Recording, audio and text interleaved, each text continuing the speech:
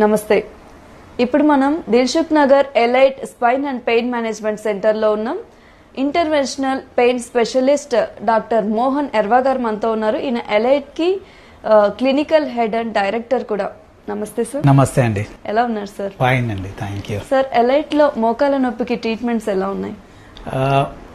Elite లో మోకాల నొప్పికి ట్రీట్మెంట్ చాలా ఫ్రీక్వెంట్ గా చేస్తామండి. ఎందుకంటే ఇది ముఖ్యంగా మనకు అందరికి తెలిసిందే.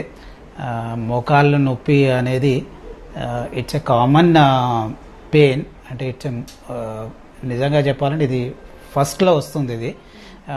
ఇది ప్రతి ఒక్కరూ అంటే దేర్ లైఫ్ టైంలో ఏదో ఒకసారి, అంటే ఇది ఏజ్ అని కాకుండా అంటే చిన్న వయసు నుంచి కూడా పెద్ద వయసు వరకు కూడా మనము డాక్టర్ని సంప్రదించడం జరుగుతుందండి. అంటే ఏదో ఒక దశలో డెఫినెట్గా నీ పెయిన్తో ప్రతి ఒక్కరూ సఫర్ అవుతూ ఉంటారు. కాబట్టి ఇది ముఖ్యమైన, మనము నిజంగా దీన్ని అడ్రస్ చేయాల్సిన సమస్య అండి. సార్, ఈ మోకాల నొప్పులు అనేటివి ఇప్పుడు వయసు నిమిత్తం లేకుండా అందరికి వస్తున్నాయి. మగవాళ్ళకి, ఆడవాళ్ళకి, పెద్దవాళ్ళకి, చిన్న వాళ్ళకి, ఇంకా నడుము నొప్పి కూడా వస్తుంది. సో వీటికి ఎలాంటి ట్రీట్మెంట్స్ ఉన్నాయి ఇక్కడ? మీరు అన్నట్టు ఇది ఒక ఏజ్కి సంబంధించిన సమస్య అయితే కాదండి. ప్రతి చిన్న వయసు నుంచి కూడా వయసు పైబడిన వారిలో కూడా మనం ఈ మోకాళ్ళ నొప్పులు చూస్తుంటాం. సరే, చిన్న వయసులో తీసుకున్నప్పుడు వాళ్ళకుండే సమస్యలు అంటే జాయింట్ పెయిన్స్ అంటాము, లేకపోతే రిమోటాయిడ్ ఆర్థరైటిస్ అంటాము, చిన్న వయసులోనే వస్తుంది. తర్వాత కొన్ని సమయాల్లో ట్రామా అంటాము, అంటే దెబ్బ తగలడం కానీ, లోపల నీలో ఇంజరీ జరగడం వల్ల మెనిస్కల్ టేజ్ అంటాము, తర్వాత లిగమెంటల్ టేజ్ అంటాము, బర్సైటిస్ అంటాము. ఇవన్నీ కూడా చిన్న వయసులో కూడా మనకు వస్తుంటాయండి. స్పోర్ట్స్ ఇంజరీస్ ముఖ్యంగా చెప్పాలంటే యంగ్ ఏజ్లో స్పోర్ట్స్ ఇంజరీ వల్ల కూడా మనకి ఈ సమస్యలు చూస్తుంటాము. అదే వయసు పైబడిన వాళ్ళలో ఏజ్తో వచ్చే సమస్యలు, ముఖ్యంగా దీన్ని ఆస్టియో ఆర్థరైటిస్ అంటాం మనము.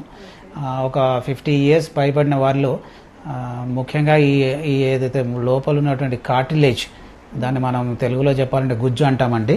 ఈ గుజ్జు ఈ తుంటి బోన్ అండి, తర్వాత ఈ లెగ్ బోను, ఈ రెండింటి మధ్య మనకి ఇలా కనిపిస్తుంది చూసారా, ఇది కొంచెం ఫ్లోరసెంట్ కలర్లో.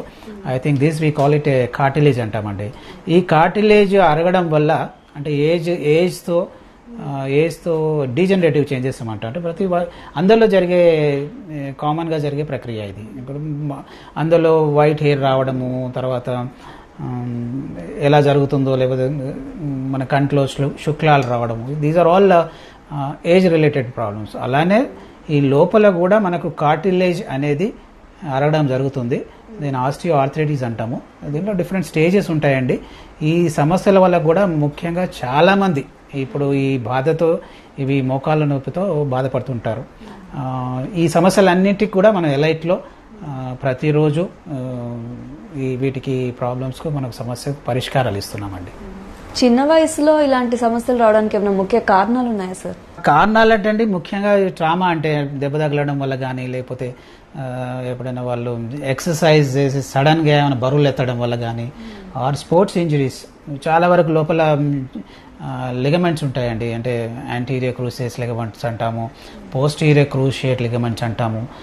ఇవన్నీ కూడా చిన్న చిన్న చిరుగులు లాంటి ఏర్పడడం వల్ల ఈ మోకాలు నొప్పి సహజంగా తరచుగా మనం చూస్తుంటాం ఎంగేజ్లో కూడా. తర్వాత ఇంకొకటి ముఖ్యంగా చెప్పాలంటే మహిళల్లో కూడా ఇది చాలా కామన్ అండి. కానీ మహిళల్లోనే చాలా ఎక్కువగా కనపడుతుంటుంది కదా సార్? అవును, ఈ మహిళలలో ముఖ్యంగా ఇది కొంతవరకు నిజంగా కూడా కామనే. ఎందుకంటే ప్రెగ్నెన్సీ రిలేటెడ్ ఇష్యూస్ అంటాము. ఎందుకంటే వాళ్ళ ప్రెగ్నెన్సీలో కూడా బరువు పెరగడం వల్ల నిజంగా కూడా ఏదైతే శరీర బరువు అంతా అందరికీ తెలిసిందే, ఈ మోకాళ్ళే బరువును మోయడం జరుగుతుంది. ఎప్పుడైతే ఈ మోకాళ్ళు బరువు ఏదైతే శరీర బరువు అంతా మోకాలు తీసుకుంటుందో అప్పుడు స్ట్రెయిన్ గురవుతుంది అండి ఒకటి. రెండవది ఏంటంటే వాళ్ళ అనటామికల్గా కూడా కొంచెం ఆడవాళ్ళలో ఈ క్యూ యాంగిల్ అంటాము, దానివల్ల కూడా ఈ శరీర బరువు అంతా మోకాళ్ళ మీద పడడం ద్వారా మోకాళ్ళు తొందరగా అరుగుదలకు గురవుతుంటాయి ఒకటి. రెండవది ఏంటంటే డైటరీ ఫ్యాక్టర్స్ అంటాం మనము.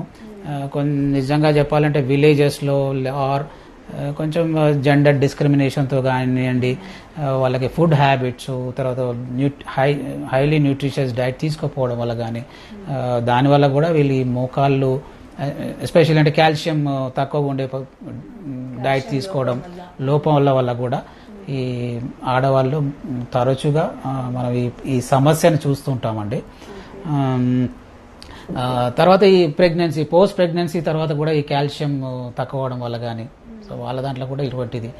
ఆర్ అధిక బరువు, ఎందుకంటే ప్రెగ్నెన్సీ తర్వాత బరువు పెరగడం వల్ల కూడా ఈ మోకాళ్ళ మీద బరువు బాగా పడడం వల్ల ఈ మోకాలు తొందరగా అరుగుదలకు గురవుతుంటాయండి. ఈ మోకాళ్ళ నొప్పులు ఇంకా నడుము నొప్పి కూడా ఇప్పుడు చిన్న వాళ్ళలో బాగా కనపడుతుంది. అంటే వృత్తిరీత్యా వచ్చేది కొంతమందికి అయితే, కొంతమందికి అసలు కారణం ఏంటో కూడా తెలియట్లేదు చిన్న ఏజ్ లో వాళ్ళకి. అసలు నడుము నొప్పి ఎందుకు వస్తుంది సార్? నడుము నొప్పి కూడా చాలా ప్రధానమైనటువంటి సమస్య అండి. మోకాళ్ళ నొప్పి, నడుము నొప్పి అనేది it will come under first and second లో వస్తాయి మనకు. అంటే పెయిన్ కి సంబంధించినంత వరకు చూసినప్పుడు ఈ నడుము నొప్పి కూడా రావడానికి చాలా కారణాలు ఉంటాయండి. అంటే మనం ఒక్క కారణం అని చెప్పలేము నడుము నొప్పికి. ఫర్ ఎగ్జాంపుల్ ఇది వెన్నెముక అండి. మనకు వెన్నెముకలో these are called cervical vertebra అంటాము. ఇవంతా కూడా థొరాసిక్ అంటే మన ఛాతీకి సంబంధించిన ఇది. తర్వాత లంబార్ అంటామండి, అంటే బ్యాక్ కు సంబంధించిన వెన్నెముకలు. అందరికీ తెలిసిందే అంటే ఇవన్నీ వెన్నెముకలు ఒక్కొక్క వెన్నుపూస ఒకదాని మీద ఒకటి ఇలా ఎటుక పేర్చినట్టు ఉంటుందండి, ఒకదాని మీద ఒకటి. ఇదొక వెన్నెముక, ఇదొక వెన్నెముక. ఈ రెండింటి మధ్య మీకు చూస్తున్నారు కదా ఇక్కడ, దిస్ ఈస్ కాల్డ్ కొంచెం సాఫ్ట్. అంటే ఇక్కడ కూడా మనం చూస్తే వైట్, ఒక వెన్నెముకకి ఇంకొక వెన్నెముక స్పైనల్ ఈ వర్టిబ్రా అంటాం వీటిని. వీటి రెండింటి మధ్యన డిస్క్ లాంటి పదార్థం అందరికీ తెలిసిందే. ఈ మధ్యన అందరూ డిస్క్ బల్జ్ అంటుంటారు. సో ఇది ఇట్స్ లైక్ ఏ జెల్ లాంటి పదార్థం అండి. సో మెయిన్ అడ్వాంటేజ్ ఆఫ్ ఇది డిస్క్ ఏంటంటే ఈ వెన్నెముక ఎప్పుడైనా వంగడం కానీ లేదా పక్కకు వంగడం కానీ అని దేర్ ఆర్ డిఫరెంట్ మూమెంట్స్ కదండి బాడీలో. అటువంటిప్పుడు ఏమవుతుంది మనకి ఇవి they act as shock absorb లాగా పనిచేస్తాయి. మనం ఇమాజిన్ చేయండి, మనం ఒక వెహికల్ 2-వీలర్ తీసుకొని మనం రోడ్ మీద డ్రైవ్ చేస్తూ ఉంటాం. దే ఆర్ సో మెనీ, ఎన్నో గుంతలు ఉంటాయి. ఒకసారి కింద మీద జరిగినప్పుడు అన్ని వాటిని ఎలా చేస్తున్నాం, షాక్ అబ్జార్బ్స్ ఉంటాయి కాబట్టి మనం ఈ అన్నిటిని మనము తట్టుకోగలుగుతున్నాం. సో పెయిన్ అనేది, నడుము సంబంధించిన పెయిన్ అనేది ఎక్కడి నుంచైనా రావచ్చండి. ఒకటి ఈ వర్టిబ్రా అంటాము. సో ఈ బోన్స్ నుంచి కూడా పెయిన్ రావచ్చు. ఎందుకంటే సమ్టైమ్స్ ఈ బోన్స్ అరుగుదల అంటే ఏజ్ రిలేటెడ్ తో ఈ బోన్స్ డిజనరేటివ్ చేంజెస్ కావచ్చు, వర్టిబ్రా అంటాం వీటిని. ఆర్ ఈ మధ్యన ఉన్నటువంటి డిస్క్ ఏదైతే ఉందో అది బల్జ్ కావడం వల్ల. ఇప్పుడు ఈ రెండింటి మధ్యన మనం చూసుకున్నట్టయితే డిస్క్ అంటామండి. ఇది ఒక్కసారి ఇలా కంప్రెషన్ గురైనప్పుడు ఈ డిస్క్ బల్జ్ అవుతుందండి. ముందుకు బల్జ్ అయినప్పుడు దీని వెనకాలే మనం స్పైనల్ కార్డ్ అంటాం, అంటే పెద్ద నరం అంటాం. ఆ పెద్ద నరం నుంచి ప్రతి లెవెల్లో ఈ చిన్న చిన్న నరాలు బయటకు వస్తూ ఉంటాయి. ఆ చిన్న చిన్న నరాలు బయటకు రావడం వల్ల ఏదైతే ఇది బల్జ్ అయిందనుకో, డిస్క్ బల్జ్ అంటాం కామన్గా. ఈ డిస్క్ బల్జ్, ఈ బల్జ్ అయినటువంటి డిస్క్ ఈ నరాన్ని ప్రెస్ చేయడం వల్ల ఈ నరం ఎక్కడెక్కడైతే మనకు సప్లై చేస్తుందో ఆ ఏరియాలో మనకు నొప్పి రావడము, లాగడము, చాలా విపరీతమైనటువంటి పిన్స్తో కూర్చున్నట్టు ఉండడము, దీన్ని మనం షయాటిక్ అంటామండి. కింది ఏదైతే నడుము నుంచి స్టార్ట్ అయ్యి ఈ పిరుదుల మీదుగా కింద ఈ బటాక్స్ నుంచి కింద వరకు తిమ్మిళ్ళు రావడము, ఇవన్నీ కూడా ఈ బ్యాక్ పెయిన్ కు సంబంధించిన లక్షణాలండి. కొన్ని సమయాల్లో మనం అంటాం ఈ ఒక వెన్ను ఈ బోన్కి వర్టిబ్రాకి ఇంకొక వర్టిబ్రాకి మధ్యన చిన్న జాయింట్ ఉందండి. ఇలా ఒకదాని మీద ఒక జాయింట్ ఉంటుంది. So these joint is called facet joints అంటాం మనం. ఈ ఫ్యాసెట్ జాయింట్స్ నుంచి కూడా మనకు pain, it's a source of inflammation reaction రావడం. ఫర్ ఎగ్జాంపుల్ ర్యాపిడ్ ఇలా ఉంది అనుకోండి, సో ఇక్కడి నుంచి కూడా పెయిన్ జనరేట్ అవుతుంది మనకు. సో పెయిన్ కు సంబంధించినంత వరకు చాలా ఉంటాయండి. అంటే మీరు మనం అనుకున్నట్టుగా ఇక్కడ నుంచి సాక్రోయిలియాక్ జాయింట్ అంటాము, లేదా కాక్సిడైని అంటాము ఇక్కడ టిప్ ఆఫ్ ద ఇది. సో ఇవన్నీ అంటే ఏదైనా కానీ మనము ఒకసారి పేషెంట్ ఎగ్జామిన్ చేసిన తర్వాతనే మనకు క్లియర్గా ఐడెంటిఫై చేయగలుగుతాం. వాళ్ళు తొందరగా డాక్టర్ని అప్రోచ్ కావడం వల్ల వాళ్ళకు ట్రీట్మెంట్ తీసుకోవడానికి ఆప్షన్ ఉంటుంది. అండ్ వాళ్ళు ఫర్దర్ సర్జరీకి పోకుండా మనం నివారించవచ్చండి. సార్, ఎలైట్ లో ఎలాంటి సర్జరీస్ లేకుండా మోకాల నొప్పులకు ఇంకా నడుము నొప్పులకు ట్రీట్మెంట్స్ చేస్తారని విన్నాం. ఎలాంటి ట్రీట్మెంట్స్ ఉన్నాయి ఇక్కడ? ఇది చాలా మంచి ప్రశ్న అండి. మా ఎలైట్ హాస్పిటల్ యొక్క మెయిన్ ప్రధాన ఉద్దేశ్యము ఏంటంటే ఆపరేషన్ లేకుండానే పేషెంట్కు ట్రీట్మెంట్ ఇవ్వడం అండి. అది ఎలా ఇస్తారనేది అందరిలో ఉన్నటువంటి ప్రశ్న. దానికి ముఖ్యంగా ఏంటంటే ఓన్లీ ఇంజెక్షన్ల ద్వారానే, ఆ ఇంజెక్షన్ కూడా చిన్న చిన్న ఇంజెక్షన్ల ద్వారానే మోకాలు నొప్పికైనా సరే, నడుము నొప్పికైనా సరే, ఆర్ ప్లాంటార్ ఫెసైటీస్ అంటాం, మైగ్రేన్ అన్నా తీసుకోండి, లేకపోతే ట్రిగ్గర్ పాయింట్స్ అనుకుంటే చాలా అండి. అంటే పెయిన్కి సంబంధించిన, బాడీలో పెయిన్కి సంబంధించినటువంటి దేన్నైనా కూడా నిజంగా దాన్ని మనం ఎవాల్యుయేట్ చేసి ఆపరేషన్ లేకుండా చిన్న చిన్న ఇంజెక్షన్ల ద్వారానే మన ట్రీట్మెంట్ ఇవ్వడం అనేది ఎలైట్ యొక్క ముఖ్యమైన కాన్సెప్ట్ అండి. ఆ ట్రీట్మెంట్స్ నేమ్స్ ఏంటి, ఎలా చేస్తారు, మాకు ఎక్స్ప్లెయిన్ చేయండి. ముఖ్యంగా అంటే చాలా వరకు ఏంటంటే అందరం చూస్తామండి, ఇవాళ రేపటికి చాలా కామన్ సమస్య మోకాలు నొప్పి. సో కాబట్టి దాన్ని అడ్రస్ చేయడం అంటే నిజంగా చెప్పాలంటే అన్ని ట్రీట్మెంట్లో మేజర్ ఛాంక్ అంటాం, లేకపోతే 100 పేషెంట్స్ మనం చూసినప్పుడు ఇంచుమించుగా 60% మంది మోకాళ్ళ సమస్యతోనే బాధపడుతుంటారు. ఇది అందరికి తెలిసిందే. ఇది అంటే ఒక యంగేజ్ నుంచి చిన్న వయసు నుండి తీసుకొని ఆల్మోస్ట్ లైక్ అంటే ఓల్డర్ పీపుల్ వరకు కూడా మోకాళ్ళ నొప్పితో సతమతం అవుతుంటారు. అయితే ఈ మోకాళ్ళ నొప్పి దీంట్లో కూడా మనం ఇంతకుముందు అన్నట్టు కార్టిలేజ్ అరగడం వల్ల, అంటే డీజనరేటివ్ చేంజెస్ అంటామండి, ఏజ్ రిలేటెడ్ చేంజెస్. సో వాటి యొక్క సంఖ్య చాలా ఎక్కువగా ఉంటుంది మోకాళ్ళ యొక్క ప్రాబ్లమ్స్ తీసుకున్నప్పుడు. సో వాటికి మన దగ్గర అంటే ఆపరేషన్ లేకుండా దీంట్లో కూడా గ్రేడ్స్ ఉంటాయండి, డిపెండింగ్ ఆన్ కార్టిలేజ్ అరుగుదలని బట్టి. మనం ఏం చేస్తామంటే అరిగినటువంటి ఈ కార్టిలేజ్ని పునరుత్పత్తి చేసేటువంటి పద్ధతులు, దాన్నే మనం ప్లాస్మా థెరపీ అంటాం. మనం ఫస్ట్ స్టెప్లో ఏం చేస్తామంటే మేము ఈ మోకాళ్ళ చుట్టూ చిన్న చిన్న నర్వ్స్ ఉంటాయండి, వాటిని జెనిక్యులర్ నర్వ్స్ అంటాం మనము. ఆ నర్వ్స్ని మనం ఆపరేషన్ థియేటర్లో ఆ స్కాన్ కింద ఐడెంటిఫై చేసి ఈ నర్వ్స్ని కంప్లీట్గా రేడియో అబ్లేషన్ అంటే RFE అంటాం, రేడియో ఫ్రీక్వెన్సీ అబ్లేషన్ అంటాము. ఆ కరెంట్ ద్వారా మనం ఆ నర్వ్స్ని బ్లాక్ చేస్తాము. సో దీనివల్ల పేషెంట్కి ఇమీడియట్ రిలీఫ్ ఉంటుందండి. అంటే చేసిన 4-5 గంటల లోపలనే వాళ్ళ హాయిగా నొప్పి తక్కువ అవుతుంది, ఎందుకంటే మనం వీఆర్ జస్ట్ నర్వ్స్ని బ్లాక్ చేస్తున్నాం. అదే టైంలో మనం జెల్ ఇంజెక్ట్ చేస్తామండి. ఈ మోకాల్లో జెల్ ఇంజెక్ట్ చేయడం ద్వారా ఏదైతే ఉందో ఆ గ్రీజింగ్ ఎఫెక్ట్ వస్తుంది జాయింట్లో, రావడం వల్ల వాళ్ళకి ఇమీడియట్ రిలీఫ్ ఉంటుంది అలా. దాని తర్వాత ఒక 15 days గ్యాప్లో మనం ప్లాస్మా థెరపీ అంటాము. దాన్నే అంటే సొంత బ్లడ్, పేషెంట్ యొక్క సొంత బ్లడ్ ఒక 10 ml డ్రా చేస్తాం మనం. దాన్ని స్పిన్ చేస్తాము, అందులోంచి ప్లేట్లెట్స్ వేరు చేస్తాము. ఆ వేరు చేసినటువంటి ప్లేట్లెట్స్ని మనము పేషెంట్ నీలో డైరెక్ట్గా స్కాన్ కింద చూస్తూ ప్రిసైజ్గా ఇంజెక్ట్ చేస్తాం మనం. ఇది చేసిన ఒక 15 days తర్వాత మళ్ళీ ఇంకొకసారి రిపీట్ చేస్తామండి. అంటే 3 sittings-లో ఈ ట్రీట్మెంట్ ఇవ్వడం జరుగుతుంది. ఇది ఇవ్వడం వల్ల నిజంగా పేషెంట్కి ఒకటి నొప్పి తక్కువ చేయడం, అది ఇమీడియట్గా జరుగుతుంది. రెండవది ఈ ప్లేట్లెట్స్ మనము ప్లాస్మా థెరపీ ఇవ్వడం అంటే పేషెంట్ ఓన్ బ్లడ్ కాబట్టి మనకి ఎలాంటి సైడ్ ఎఫెక్ట్స్ లేవు. ఈ ప్లేట్లెట్స్ ఇవ్వడం అనేది, ప్లేట్లెట్స్ యొక్క ముఖ్య ఉద్దేశం, ఇప్పుడు దెబ్బ తగులుతుంది ఏమవుతుందండి, మనకు వాపు వస్తుంది, దాని తర్వాత ఒక 2-3 రోజుల తర్వాత దెబ్బ మానిపోతుంది. సేమ్ అంతే. ఏం చేస్తుంది అక్కడ, న్యాచురల్గా మన ప్లేట్లెట్సే దాన్ని కంప్లీట్గా మానేటట్టు చూస్తున్నాయి.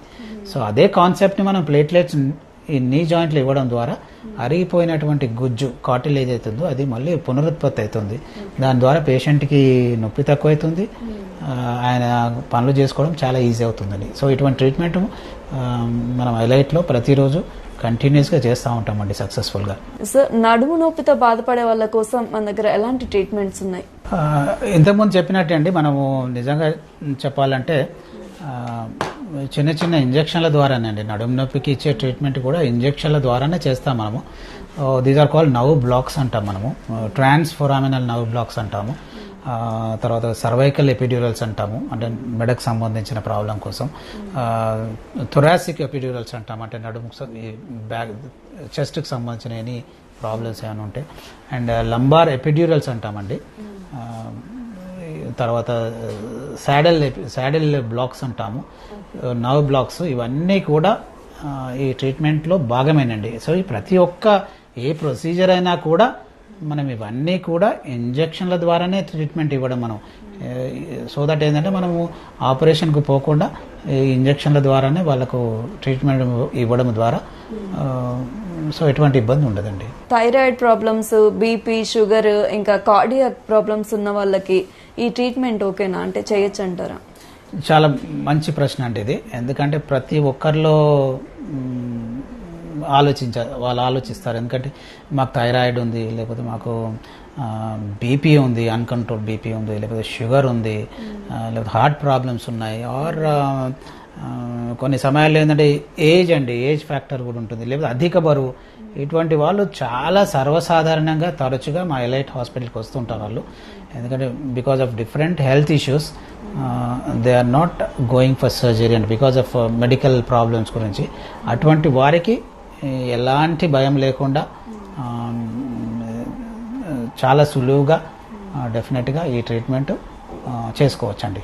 ట్రీట్మెంట్ అయిన తర్వాత ఎలాంటి జాగ్రత్తలు తీసుకోవాల్సి ఉంటుంది, అంటే ఫుడ్ రిస్ట్రిక్షన్స్ కానీ లేకపోతే ఇంకేదైనా పనులు చేసే విషయంలో కానీ పేషెంట్ ఎలాంటి జాగ్రత్తలు తీసుకోవాల్సి ఉంటుంది? జాగ్రత్తలు అంటే చాలా సింపుల్ అండి. అంటే దీనికి చాలా మనము ఎక్కువ ఆలోచించాల్సింది ఏం లేదు. So they can take the regular diet. Restrictions అంటూ స్పెసిఫిక్గా ఏమి ఉండవండి. కాకపోతే కొంచెం మెట్లు ఎక్కడము దిగడం లాంటివి, కింద కూర్చోవడం లాంటివి, వాకింగ్ అనేది దే కెన్ డూ ఇట్ చేసుకోవచ్చు. ఇది అయిపోయిన తర్వాత కూడా మేము కొన్ని సింపుల్ ఎక్సర్సైజెస్, నడుముకి సంబంధించిన ఎక్సర్సైజ్లు, తర్వాత నీకు సంబంధించిన ఎక్సర్సైజ్లు, అండ్ విల్ గైడ్ దెమ్ అండి. వాళ్ళకు will share videos, or any doubt ఉంటే వాళ్ళు మళ్ళీ మాట్లాడవచ్చు మాతో, because we have a 24/7 help line ఉంటుంది మాది. సో దాన్ని కాల్ చేస్తే మేము will respond and will guide them. And వాళ్ళకు అవసరమైనప్పుడు డెఫినెట్గా వాళ్ళకు ఎలాంటి సలహాలు, ఏమైనా సందేహాలు ఉన్నా కానీ వాళ్ళు నివృత్తి చేసుకోవచ్చు.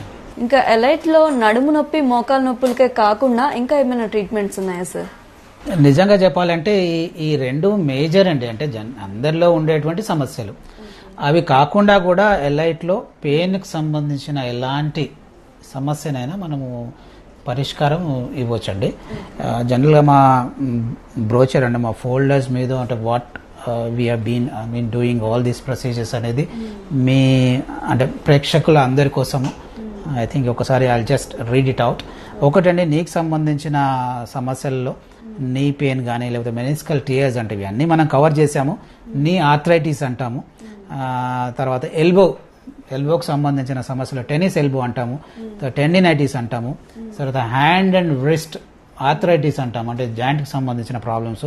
కార్పల్ టనెల్ సిండ్రోమ్ అంటామండి. ఎందుకంటే కొన్ని సమయాల్లో ఈ రెండు చేతుల్లో కూడా తిమ్మిర్లు ఎక్కడము, ఇటువంటివన్నిటికి కూడా మనము ఇక ట్రీట్మెంట్ ఇవ్వడం జరుగుతుంది. బ్యాక్ హిప్కి సంబంధించిన ప్రాబ్లం, బ్యాక్ పెయిన్, షియాటికా అంటాం, అందరికి తెలిసింది. ఇవాళ రేపట్లో ప్రతి ఒక్కరూ ఈ సమస్యతో బాధపడుతున్నారు. స్కోలియోసిస్ సంబంధించినది, స్పైనల్ కెనాల్ స్టెనోసిస్ అంటాము. తర్వాత హిప్ పెయిన్ అండి, ఇది చాలా ఇంపార్టెంట్. మన కోవిడ్లో చాలా మంది హిప్ పెయిన్తో సఫర్ అవుతున్నారు. సో ఈ కోవిడ్ తర్వాత, పోస్ట్ కోవిడ్ తర్వాత హిప్కు సంబంధించిన సమస్య ఎవాస్కులర్ నెక్రోసిస్ అంటాం. అంటే ఆ హిప్కు ఏదైతే సర్క్యులేషన్ ఇంటరప్ట్ అవడం వల్ల సో చాలా మంది యంగ్ ఏజ్లోనే ఈ హిప్కు సంబంధించిన సమస్యతో బాధపడుతున్నారు. సో అది కూడా main, it's a major this thing. తర్వాత కాక్సిడైనియా అంటామండి. So this is called tail bone pain అంటాము. సో ఏదైతే ఉందో టిప్ దగ్గర కూడా పెయిన్ కంటిన్యూస్గా రావడం వల్ల వాళ్ళు they cannot focus on their work, అసలు పనిచేయడం మానేస్తారు. Sometimes they have suicidal tendencies కూడా వస్తాయంట, because of they are not able to cope up with pain. అంటే ఇంత సివియారిటీ, అంటే పెయిన్ అనేది ఐ థింక్ ఎవరు ఉండాలనుకోరు కదా, it's natural this thing. So నెక్కు సంబంధించిన ప్రాబ్లమ్స్ అండి, మనం ఇంతకుముందు neck pains, cervical disc herniation అంటాము. సర్వైకల్ డిస్క్ బయటకు రావడం వల్ల నరాల మీద ప్రెస్ కావడం వచ్చేది. తర్వాత సర్వైకల్ రాడిక్యులోపతి, అంటే ఇక్కడి నుంచి ప్రెస్ అవడం వల్ల ఈ చేతులన్నీ తిమ్మిళ్ళు రావడము, లేకపోతే ఈ చేతులు వీక్నెస్ కావడము, స్ట్రెంగ్త్, పవర్ కోల్పోవడము, ఇవన్నిటికి కూడా మన దగ్గర ఇవన్నీ సమస్యలకు పరిష్కారం ఉందండి. తర్వాత ఎస్పెషల్లీ హెడేక్ అనేది ఇట్స్ ఎ కామన్ ప్రాబ్లం. ప్రతి ఇంట్లో చూస్తుంటాం మనం.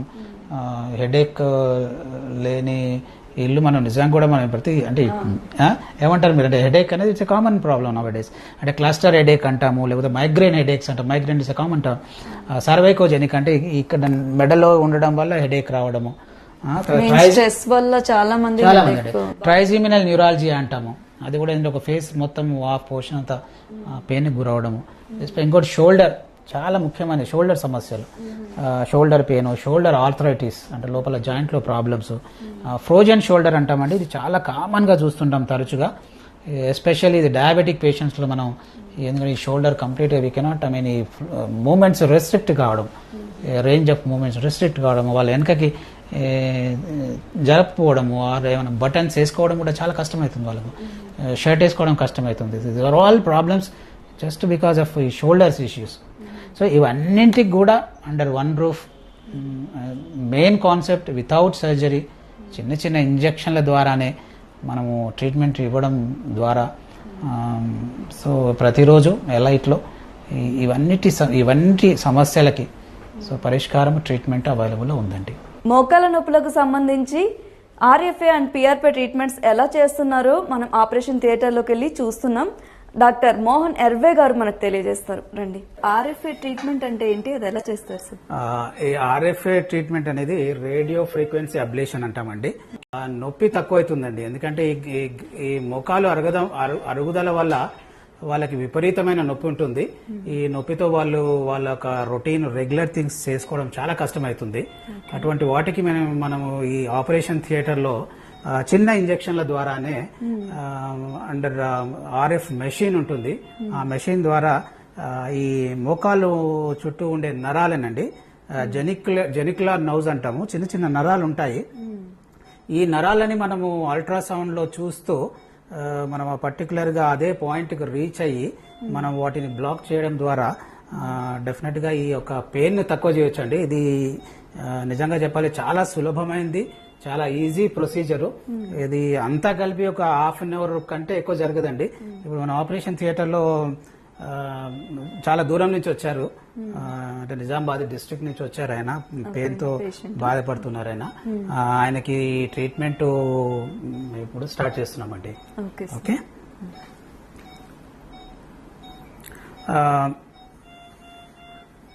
నరసింహ గారు, చిన్న ఇంజెక్షన్ అండి. ఓకే, అర్థమైందా? మీరు కూల్ గా ఉండండి, ఈజీగా అయిపోతుంది. దీని తర్వాత మీకు నొప్పి కంప్లీట్ గా తక్కువ అవుతుంది. సరేనా?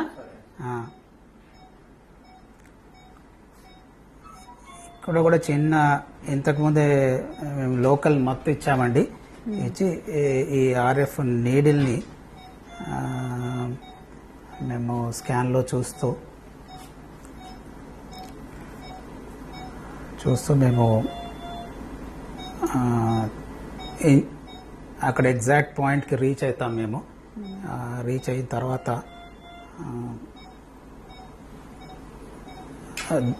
దీని ద్వారా ట్రీట్మెంట్ ఇస్తామండి మేము. ఎందుకంటే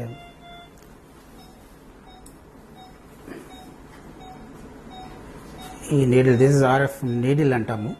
ఈ నీడిల్ని ఇంజెక్ట్ చేయడం ద్వారా డైరెక్ట్ మనము ఆ నరాల చుట్టూ ఉండేటువంటి జెనిక్యులర్ నర్వ్స్ అంటామండి, ఆ నర్వ్స్ ని బ్లాక్ చేయడం ద్వారా మనము కంప్లీట్ గా పేషెంట్ కి ఉపశమనం కల్పించవచ్చండి.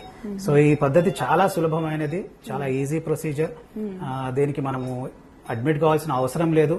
పేషెంట్ ఒక హాఫ్ అన్ అవర్ ముందు మన దగ్గరకు వచ్చినట్టయితే దాని తర్వాత ఈ ప్రొసీజర్ అంతా కలిపి మనకు ముఖ్యంగా ఒక half an hour to 45 minutes లో సింపుల్ గా జరిగిపోతుందండి. దాని తర్వాత పేషెంట్ ని మనం షిఫ్ట్ చేస్తాము. ఒక అర్ధగంట అబ్జర్వేషన్ నుంచి మనం పేషెంట్ ని ఇంటికి పంపిస్తామండి. సో ఇది మనం రెగ్యులర్ గా ప్రతిరోజు చేసే ట్రీట్మెంట్ అండి. సింపుల్ గా స్కాన్ లో చూస్తున్నాం కదండి, ఆ స్కాన్ లో చూసి మనం ఎగ్జాక్ట్ గా నర్వ్స్ ని మనం ఐడెంటిఫై చేస్తామండి. ఆ నర్వ్స్ ని ఐడెంటిఫై చేసిన తర్వాత రేడియో ఫ్రీక్వెన్సీ మెషిన్ ఉంటుంది. ఆ మెషిన్ ద్వారా ఆ నర్వ్స్ ని మనం బ్లాక్ చేయడం ద్వారా వాళ్ళకు కంప్లీట్ గా పెయిన్ నుండి రిలీఫ్ ఇవ్వచ్చు మనము. ఇది ఇప్పుడున్న పద్ధతుల్లో ఆపరేషన్ లేకుండా సింపుల్ గా సులభతరమైనటువంటి ప్రక్రియ అండి, విధానం. సో పిఆర్పి ట్రీట్మెంట్ అంటే ఏంటంటే దానికి రిలేటెడా లేకపోతే ఇదేమన్నా స్పెషల్ ట్రీట్మెంట్ ఇది మంచి క్వశ్చన్ అండి. ఇది పిఆర్పి అనేది ప్లేట్లెట్ రిచ్ ప్లాస్మా అంటామండి. అంటే ఇది కూడా మోకాళ్ళ ట్రీట్మెంట్ లో ఒక భాగం అండి. ఇది పిఆర్పి థెరపీ అనేది ఇట్స్ క్వైట్ న్యాచురల్ అండి. అంటే పేషెంట్ యొక్క ఓన్ బ్లడ్ మనం ఒక 10 ml తీసి ఆ 10 ml నుంచి మనం ప్లేట్లెట్స్ ని స్పిన్ చేయడం ద్వారా, సెంట్రిఫ్యూజ్ చేయడం ద్వారా ఆ ప్లేట్లెట్స్ ని వేరు చేస్తామండి. ఆ ప్లేట్లెట్స్ ని తీసిన ప్లేట్లెట్స్ ని అదే పేషెంట్ మోకాల్లోకి ఇంజెక్ట్ చేస్తామండి. జనరల్ గా ఫస్ట్ చేసేదండి లేజర్ థెరపీ అండి. ఫస్ట్ లేజర్ థెరపీ తర్వాత 15 days తర్వాత మళ్ళీ ప్లాస్మా థెరపీ చేస్తాం, అదే ప్లేట్లెట్ థెరపీ అంటాం మనం. దాని తర్వాత మళ్ళీ 15 days తర్వాత సేమ్ ఇదే ప్రాసెస్ ని మనము చేయడం ద్వారా పేషెంట్ కు డెఫినెట్ గా హెల్ప్ అవుతుందండి. ఫస్ట్ థెరపీలో జనరల్ గా నొప్పి తక్కువ అవుతుంది. రెండవ థెరపీ ప్లేట్లెట్స్ ఇవ్వడం వలన అరిగినటువంటి గుజ్జు ఏదైతే ఉంది అది రీజనరేట్ అవుతుందండి. దానివల్ల పేషెంట్ కి నొప్పి తక్కువ అవుతుంది, ఇన్ఫ్లమేటరీ రియాక్షన్ తక్కువ అవుతుంది. దీనివల్ల పేషెంట్ కి తొందరగా నడవడానికి వీలవుతుంది. దాంతో పాటు వాళ్ళ యొక్క దినచర్యలు చేయడం చాలా ఈజీ అవుతుందండి. ఇదే ఇప్పుడు మనం ఈ ప్లేట్లెట్స్ ని మనం ఇంజెక్ట్ చేస్తున్నామండి మోకాల్లోకి. అండర్ ఈ స్కాన్ ద్వారా ఎగ్జాక్ట్ గా చూస్తూ ఆ ప్లేట్లెట్స్ ఏవైతుందో ఆ ప్లేట్లెట్స్ ని కూడా మనము డైరెక్ట్ గా అందులోకి ఇంజెక్ట్ చేయడం ద్వారా మనం ఏదైతే అనుకున్నామో ఈ ప్లేట్లెట్స్ రీజనరేట్ చేస్తాయండి గుజ్జుని అండ్ కార్టిలేజ్ ని. ఇది చాలా సింపుల్, ఈజీ. ఈ ప్రొసీజర్ కి మనం అడ్మిట్ కావాల్సిన అవసరం లేదండి. వాళ్ళు ఒక 1/2 hour ప్రొసీజర్ ఉంటుంది. దాని తర్వాత ఒక అర్ధగంట అబ్జర్వేషన్, దాని తర్వాత ఇంటికి వెళ్ళొచ్చండి. ఎలాంటి రెస్ట్రిక్షన్స్ లేవు. అందులో వాళ్ళ పనులు వాళ్ళు ఈజీగా చేయడానికి వీలవుతుందండి.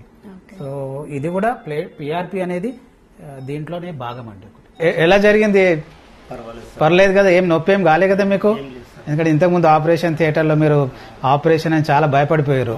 బట్ నిజంగా ఆపరేషన్తో పోల్చుకుంటే డెఫినెట్ గా ఎలా అనిపించింది? అంటే ఈజీగా సింపుల్ అనిపించింది కదా? ఎక్కువ నొప్పి ఏం లేదు కదా? Very good. ఎందుకంటే అంత దూరం నుంచి నిజామాబాద్ నుంచి వచ్చారు మీరు. సరే, అదైతే ఇది ఆపరేషన్ కాదు, ఓన్లీ ప్రొసీజరే. చిన్న చిన్న ఇంజెక్షన్ల ద్వారానే మీకు ట్రీట్మెంట్ ఇచ్చాము ఇప్పుడు మేము. దాన్ని ఆర్ఎఫ్ అబ్లేషన్ అంటే చిన్నపాటి టెంపరేచర్ కంట్రోల్డ్. దాని ద్వారా మీ చుట్టూ మోకాలు చుట్టూ ఉన్నాయి కదా చిన్న చిన్న నరాలు, ముందు చెప్పాం కదా, అలానే వాటిని బ్లాక్ చేసాం మేము. దీని ఆర్ఎఫ్ అబ్లేషన్ అంటాము. ఇది ఈజీ. దీని తర్వాత మళ్ళీ మీకు 15 days తర్వాత మళ్ళీ పిఆర్పి ట్రీట్మెంట్కి రావాలి. మీరు వచ్చినప్పుడు మీ ఓన్ బ్లడ్ ఏదైతే ఉందో 10 ml మనము మీ దగ్గర నుంచి తీసి దాన్ని సెంట్రిఫ్యూజ్ చేస్తాం. సెంట్రిఫ్యూజ్ అంటే స్పిన్ చేస్తాం. స్పిన్ చేస్తే అందులోంచి ప్లేట్లెట్స్ వేరైపోతాయి. ఆ ప్లేట్లెట్స్ ని మళ్ళీ మనము మీ మోకాల్లోకి ఇంజెక్ట్ చేస్తాం 15 days తర్వాత. మళ్ళీ ఒక 15 days తర్వాత వచ్చినప్పుడు సేమ్ పద్ధతిని మనం రిపీట్ చేస్తాం. దీంతో మెయిన్ అడ్వాంటేజ్ మనకి ఏంటంటే ఇది న్యాచురల్ ప్రాసెస్. దీంట్లో ఏం కెమికల్స్ యాడ్ చేయట్లేదు. మనము ఓన్ బ్లడ్లోంచే ప్లేట్లెట్స్ ఇస్తున్నాము. ప్లేట్లెట్స్ యొక్క ముఖ్యమైన లక్షణం ఏంటంటే అరిగిపోయినటువంటి గుజ్జుని మళ్ళీ అది రీజనరేట్ అంటే పునరుత్పత్తి చేస్తుంది. దానివల్ల మీకు మీ మోకాలు నొప్పులు తక్కువ అవుతాయి, జాయింట్ ఈజీ అవుతుంది, ఫ్రీ అవుతుంది. మీ రెగ్యులర్ వర్క్స్, రొటీన్ వర్క్స్, దినచర్య అవి చేసుకోవచ్చు హాయిగా. సరేనా? తర్వాత కొన్ని తగ్గుతుంది, అన్నీ తక్కువైపోతాయి. ఇప్పుడు ఎందుకంటే మీకు ఇప్పుడు ఫస్ట్ ఒకటే స్టెప్ చేసాం మనం, ఏది ఆర్ఎఫ్ అబ్లేషన్ అంటాం దాన్ని, నొప్పి తక్కువ అవడానికి. మళ్ళీ సెకండ్ స్టెప్ పిఆర్పి ఉంటుంది, దాని తర్వాత ఇంకొక పిఆర్పి ఉంటుంది. కాబట్టి దాని తర్వాత మీకు అన్నీ తక్కువైతే మీరు హాయిగా నడవడానికి వీలవుతుంది. సరేనా? థ్యాంక్ యూ సార్, చాలా అమూల్యమైన ఇన్ఫర్మేషన్ ఇచ్చారు మా ప్రేక్షకుల కోసం. నమస్తే.